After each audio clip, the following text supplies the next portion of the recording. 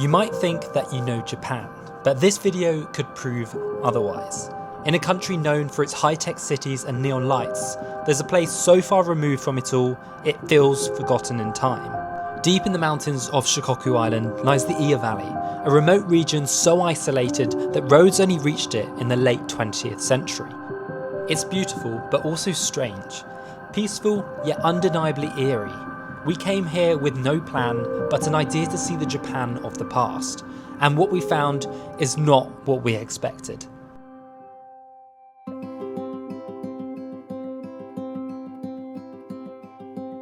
Welcome to rural Japan. We have just arrived and found this crazy suspension bridge in the middle of this insane valley. And today we're just going to be driving to see what we can see, because this just feels worlds apart from Tokyo and Osaka and what we really think of Japan. This place is just insane. It is, isn't it?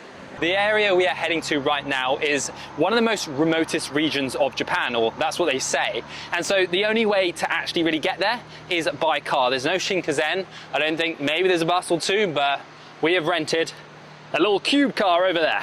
We call them the Japanese cube cars because all cars are just basically like squished and they just have a flat front. Just like this one here. Oh, here we go. We've been here for genuinely at least 3 minutes while these two try and get past each other. I feel like it's like a Japanese, they're just being too polite. Like, come on, like, you just drive past each other. We're still here. Look, oh, finally, yay! they're reversing. They're reversing like a, oh, they've gone down the drain. Oh, they're in the ditch. They're in the ditch. You actually can't make this up. This is hilarious. And we are on the move. Finally. 10 minutes, I swear. At least. Whoa, look at the views there. Whoa. Wow. Wow. Look at that.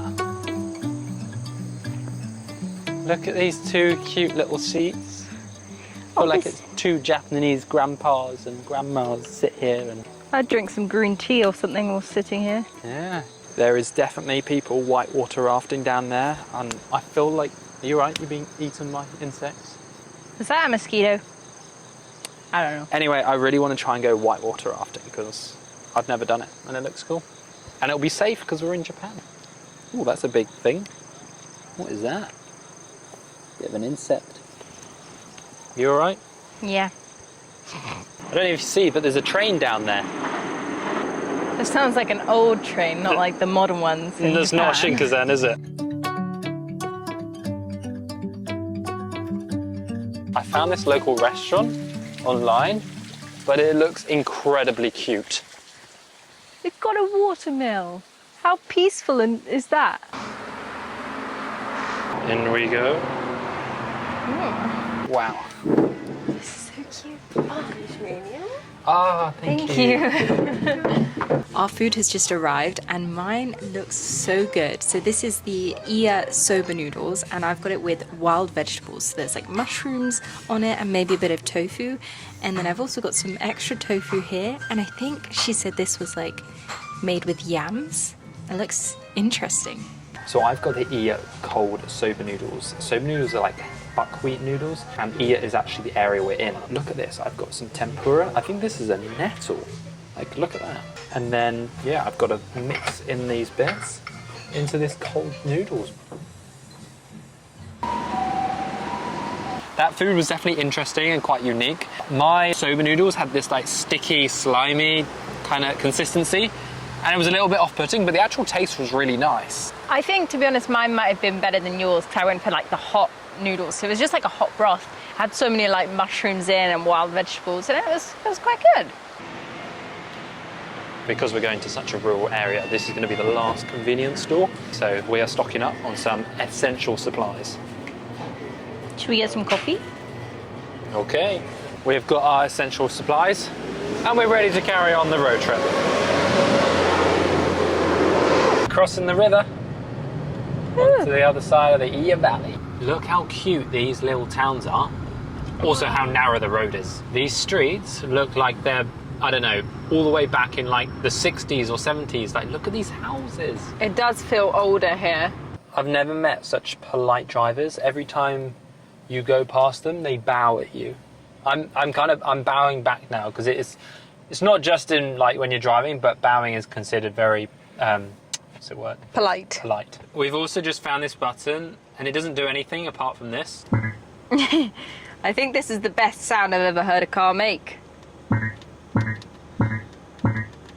Hours of entertainment.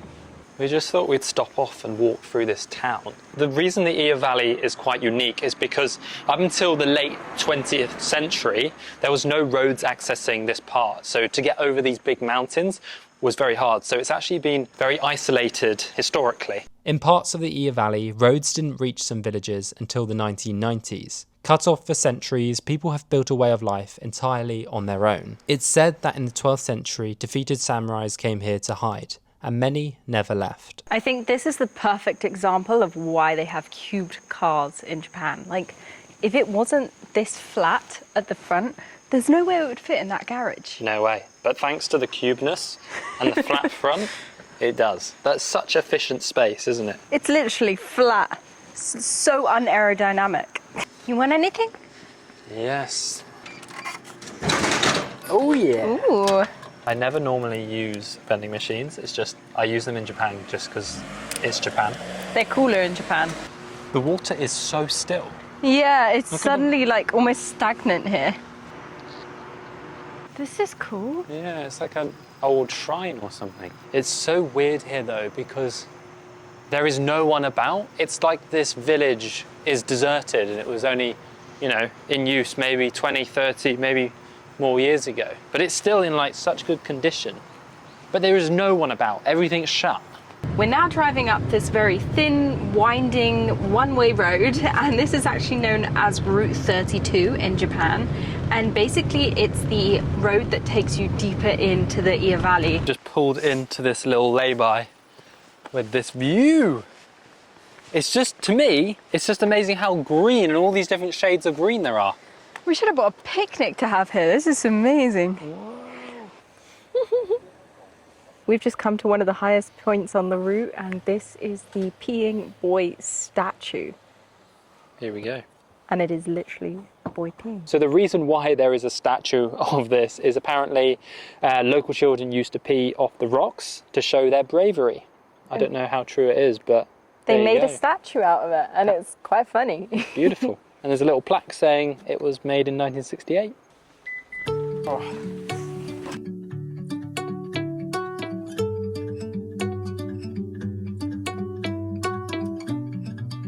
Good morning. So last night we stayed in this traditional Japanese tatami mats, are they called? Tatami room. I think so. Kind of, it's the style of room where you roll out the beds and you sleep on the floor. But it's actually comfier than it sounds. We were quite surprised by the price because this was, I think it was £65 a night, which is quite expensive for this kind of room, considering our room in Tokyo was a lot cheaper. But it's kind of interesting that these types of rooms are very, very common, especially here in the mountains and in the little villages.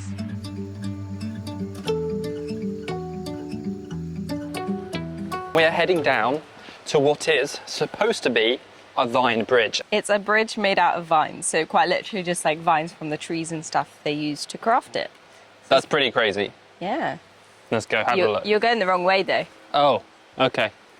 Whoa, this vine bridge looks so cool. It looks like we've arrived in Disneyland or something, but this is naturally growing vines. It kind of looks closed, but I think you just have to go around and buy a ticket. But this looks incredible. One-way crossing on the Kazubashi restriction, £2.50. Oh, that's not too bad. But it is a better price if you are in a group of 20 people, so we should have bought 18 of our closest friends. That's a lot of people, to be fair. I don't think we have that many friends. Konnichiwa. Konnichiwa. For two. Two, yes. Here we are then, we've got our tickets, and we can go across this natural bridge. That is the weirdest thing ever. Obviously it's made completely of vines, but you can also see they've used these old tree trunks to kind of anchor the bridge either side so that it's actually strong. And then there is like wooden planks that we're going to walk across, Which looks a little bit scary. Yeah, this is not really for the faint-hearted because you're relying on nature. Are you going first? I don't know, I think you let should. you, but maybe I have to. How's it feel? Does it sway? It doesn't sway, it feels so solid, like under my feet. Just don't miss the gaps. Yeah. What do you mean it doesn't sway? Well, now you're on it, I can feel more I'm weight. not that heavy. You're heavy-footed. I guess as we go more towards the middle, it will sway a lot more. It's kind of scary that Yeah. it's just made out of like nature. So the reason they built this bridge out of vines is that apparently back in the olden days, if the enemies came, they could just quickly chop it down and then you'd be protected because of this big gorge. It would be really hard to kind of scramble across. It's just crazy how much they've wrapped the vines around it. Some of them always look like they're falling apart, but I bet they are so strong. It does feel pretty sketchy just like walking across here with your feet on these planks. There's moss growing on that one. You don't want it to deteriorate at all. So the reason these bridges were built is because all of the gorges and the villages around here were separated and isolated from each other. There's only 3 of these bridges in Japan, and the 3 are all in this area, and I think we'll actually go to the other 2 later on. To ensure a little bit more safety, nowadays they put a little bit of iron just to clamp some of it together, but traditionally they wouldn't do that.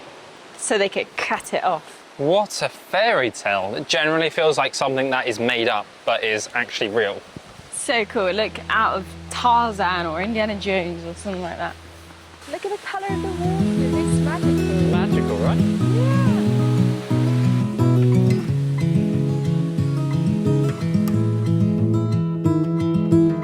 We are now driving deeper into the Iya Valley, and this part of the valley is where a lot less tourists go, partly because you can't go on a tour, you need to have a rental car.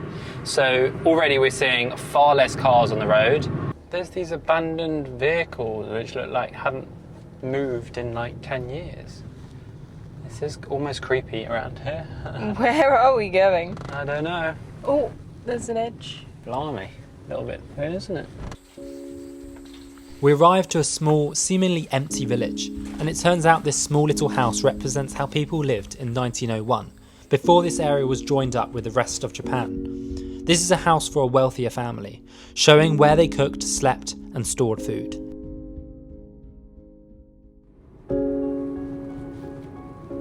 Because we've increased in elevation, I feel like you can start to see the change in the colours for autumn. I think we've just arrived at the creepiest place in Japan.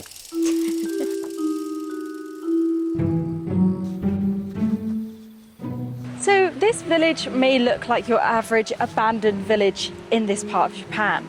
However, it is extremely special because there is only 30 human residents, but there is over 350 residents that are actually scarecrows. All right, take me inside this place. Oh, wow. What? No way. This is the creepiest place. It's so quiet. It's That one actually looks real. Is that a person? Almost. Hello? Hello? I feel like someone's going to jump out at me. I know, this is like a horror movie. This one's very life-sized. This has got to be one of the strangest places we've been. This is crazy. What is this place? I think it's a school hall. This is literally for horror movies. Whoa.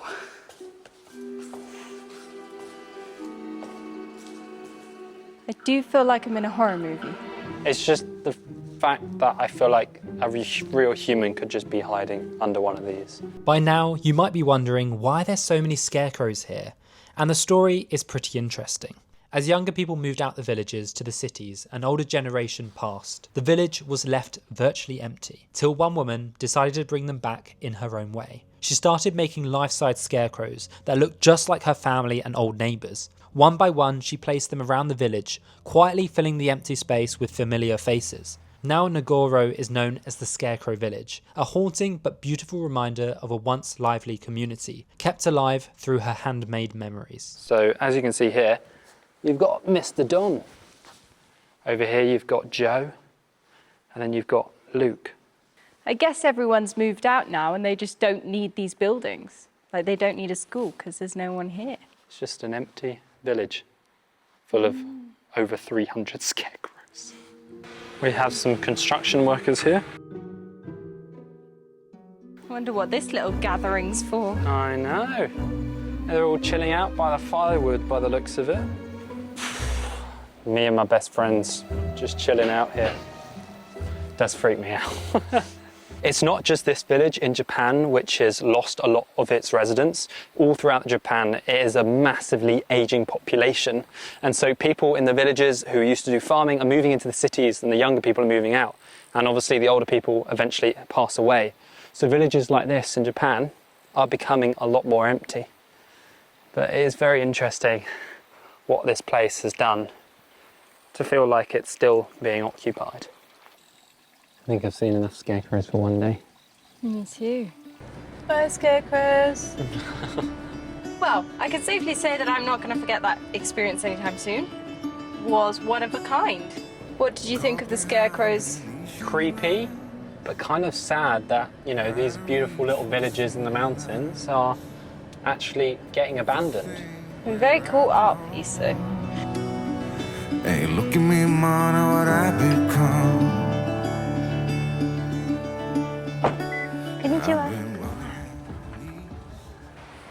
So obviously we showed you the Vine Bridge earlier, but there is actually 3 in this area, and I think they are the only 3 in this area of Japan. And these 2, there's actually a female and a male one. I'm not really sure of the relevance of the gender. I know we saw one a few hours ago, but again, these bridges are just so impressive. The one earlier was kind of had like concrete buildings around, where this feels completely in the nature. So this one does have actually iron going across the bottom, so it probably is a lot safer. Whereas the other one earlier didn't really have much metal on it at all. So I feel like I can trust this one just a little bit more. Even though it's been renovated and I'm sure it is safe, it still feels sketchy. It really does. Obviously, these bridges are around 800 years old. That's when they were primarily used, but I think they're safety checked like every 3 years. I'm just slowly making my way, trying not to fall. This one feels more sketchy, and I don't know why. It feels like the vines are breaking a bit more. This one's definitely not in as good condition. Look at the mushrooms growing on the edge of it. It's a little worrying, isn't it? Wow. Right here, we have a self-propelled wooden cart, but unfortunately, I don't think it's in order right now, so we can't use it. But basically, you can use it to propel yourself across the river. Kind of like the bridge, but basically used for rope. These things were used to transport goods across. Across the female bridge we go. Woo. I feel like I'm trespassing because I'm not a female. This one feels smaller, actually. It does. Don't wobble it. Woo! We are just hanging on a bridge right now, which is made out of vines. This is so cool. This is genuinely feels like a fairy tale. It does swing quite a bit, this one, doesn't it? Yeah. Oh,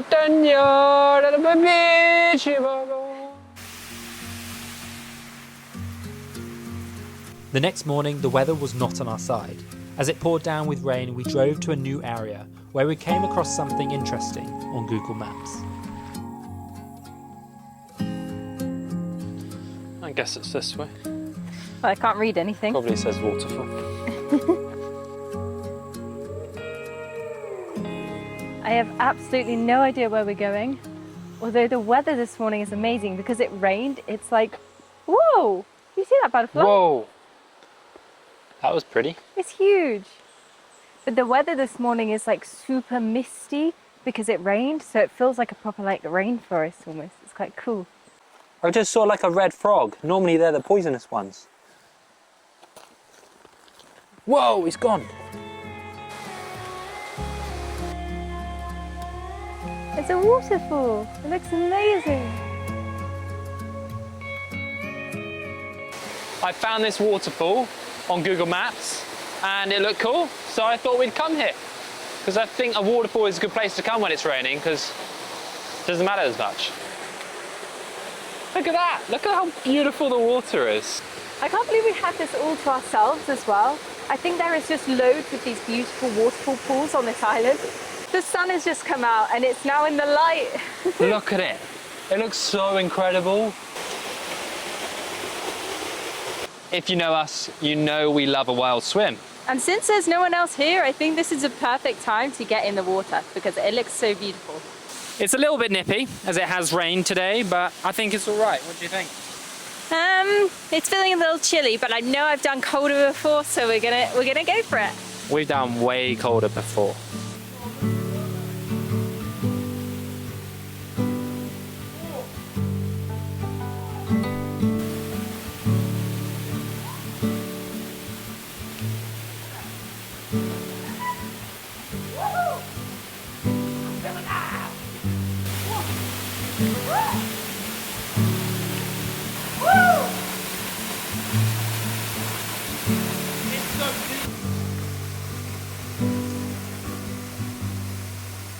There are so many incredible waterfalls around this area, and if you just look on Google Maps, you will find loads if you are looking to come to this part of Japan, which I highly recommend. It flies on the lens all the time. Oh.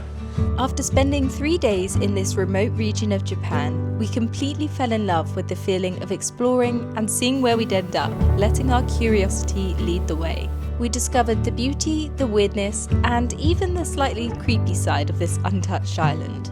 And we can't encourage you enough to explore this side of Japan for yourself.